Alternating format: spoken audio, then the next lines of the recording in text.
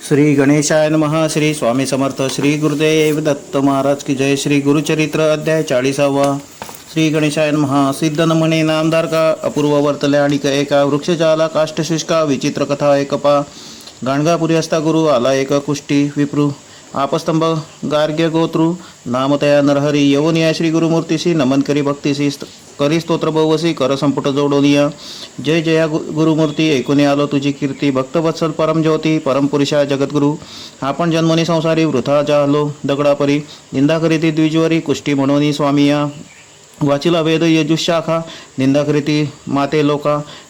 ब्राह्मणा अर्थ न सांगती देखा अंगहीन म्हणून या. प्रातःकाळी उठोनी लोक न पाहते आपले मुख तेणे माते होते दुःख जन्मपुरे आता मज.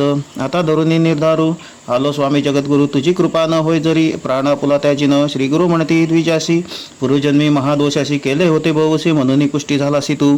आता सांगेन ते करी तुझे पाप जाईल दुरी होशील दिव्य शरीरी एको भावे आचरावे. इतके अवसरी काष्टे कौदुंबरी शुष्क होते वर्षेचारी येऊनी आले सर्पणाशी. तव देखील श्री गुरुमूर्ती तया विप्र निरोप देती एको भावे करोनी चित्ती. घेगा काष्ट जडकरी काष्ट घेऊनी संगमासी त्वरित जावे भावेसी. संगमनाथ पूर्व दिशी भीमातिरी रोविपा तुवा जाऊनी संगमात स्नान करुनी यावे त्वरित. पूजा करुनी अश्वत्य पुनरपी जावे स्नानासी. होती धरुनी कलश दोनी आणि उदक तत्क्षणी शुष्का काष्ट वेळ तिनी स्नपन करी का मनोभावे. जया दिवशी काष्टाशी पर्णे येतील सजीवेसी. पाप गेले तुझे दोषी अंग तुझे होईल बरवे. काष्ट घेऊनी डोईवरी गेला तो भीमातिरी संगमेश्वरा समोरी रोहिता जाला द्विजवरी. जेणे रीती श्री गुरुमूर्ती तया विप्र निरोप देती आचारी तसे एकचित्ती भक्तिभावे करून या. येणे परी दिवस द्विज केले उपवास तया काष्टाशी दोन्ही कलश भरुनी घाली वेळोवेळी देखोनी म्हणत सकळे जन. तया विप्रा बोलवून सांगता ते विवांचन श्री गुरु निरोप लक्षण नसेल निष्कृती तुझ्या पापा म्हणून तिथले काष्ट बापा. वाया कष्ट करीत असी का पात तू ते श्री गुरूंनी निरोपिले. ऐकोनी तयाचे वचन विप्रवर करी नमन. गुरुवाक्य मज काम देणं अन्यथा केवी होईल. माझे मने निर्धारू असत्य नवे वाक्य गुरु प्राण वेचिन सचराचरू. गुरुवाक्य मज करणे. एके दिवशी श्री गुरुमूर्तीशी सांगती शिष्य परियसी स्वामींनी निरोपले द्विजासी शुष्क काष्ट भजी म्हणून. किती रीती आम्ही त्यासी विनविले त्याच्या हितासी. वाया कागा काष्टसी मूर्खपणे म्हणून निर्धार करून मानसी. सेवा करीतो काष्टासी झाले 7 उपवासी उदक मुखे घेत नाही. 19 शिष्याचे वचन निरोप देती श्री गुरु आपण जैसा भावंत करणं तैसी सिद्धी पावेल. या कारणे तुम्हासी सांगेन कथा इतिहासी. सांगेन सुत ऋषेश्वराशी कंदपुराणी परियसा. सूत म्हणे ऋषेश्वराशी गुरुभक्ती असे विशेषी. तारावया संसाराशी आणिक नाही पदार्थ अयोग्य अथवा ज्ञानवंत म्हणून न पहावा अंत. गुरुत्रयमूर्ती मनी ध्यात सेवा करणे भक्तिभावे. दृढ भक्ती असे जयापाशी सर्व धर्म साधती त्यायासी. संदेह न धरावा मानसे एकचित्ते बजावे. पूर्वी पांचाळ नगरात होता राजा सिंहकेत तयासी होता एक पुत्र नाम तया जय धनंजय. एके दिवशी राजपुत्र गेला पार्थी अरण्यात जेथे नसती मनुष्य मात्र उदकवर्जित स्थळासी. राजपुत्र तृषाक्रांत हिंडतसे अरण्यात सवे होता शबरदूत श्रमुनिया परियसा. श्रमोनिया शबरदूत हिंडत होता रानात देखता झाला अवचित जीर्ण एक शिवालय. भिन्न लिंग तयास्थानी पडिले होते मी तिने शबरे घेतले उचलूनी म्हणे लिंग बरवे असे. शबर म्हणे राजसुता माझे मनी ऐसी आरता. लिंग पूजा करणे नित्य म्हणून घेतले परियसा. राजपुत्र म्हणे त्यासी न्यावे पाषाण लिंग घरासी. पूजा करावी सुचीसी पत्रपुष्पे अर्चनीय. तुम्ही दंपती दोघे जण मनपूर्वक पूजा करणे हेची लिंग गिरिजारमण म्हणून मनी निर्धारी पा. नाना परी पुष्पजाती आणाव्यात तुम्ही शिवप्रती. धूपदीप विधान रीती नैवेद्य द्यावे भस्म जाणं भस्म असेल जे स्मशानी आणावे तुवा प्रतिदिनी.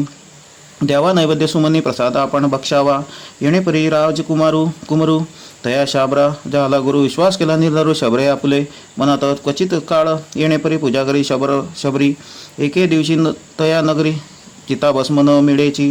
हिंडोनी पाये गावोगावी चिताभस्म न मिळे काही. येणेपरी 7 गावी हिंडोनी आलो तो घरासी.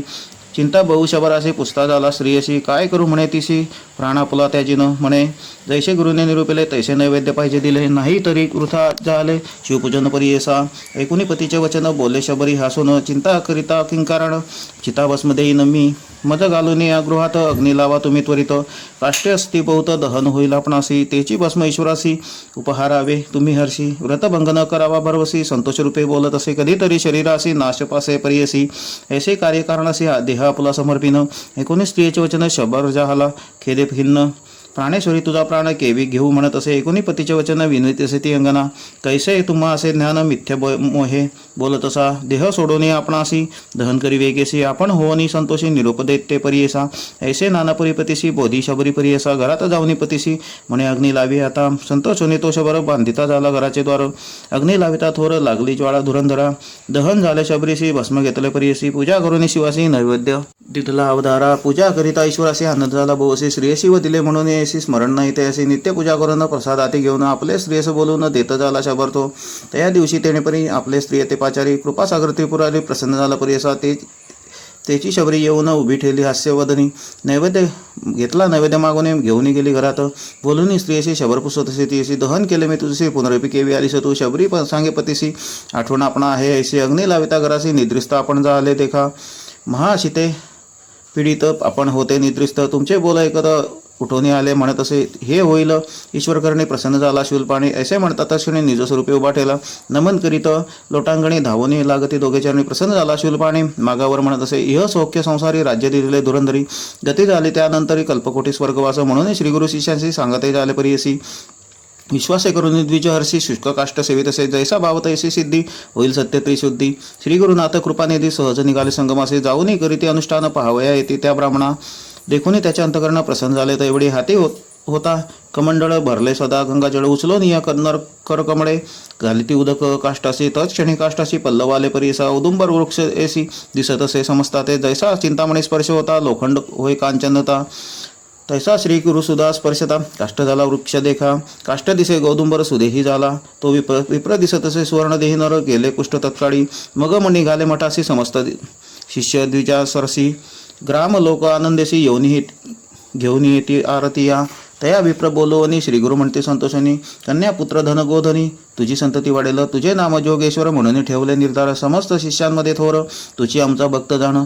जैसे श्रीगुरूंनी निरूपिले तयापरी त्यासी जाहले. म्हणून सिद्धे सांगितले नामधारक शिष्यासी. इति श्रीगुरुचरित्रामृते परमकथा कल्पतरो. श्री नृसिंह सरस्वतुपाख्याने सिद्ध नामधारक समाधे. शुष्क काष्ट संजीवनम नाम चत्वारिशतमोऽध्यायः. श्री गुरु दत्तात्रेयार्पणस्तु. श्री गुरुदेव दत्त.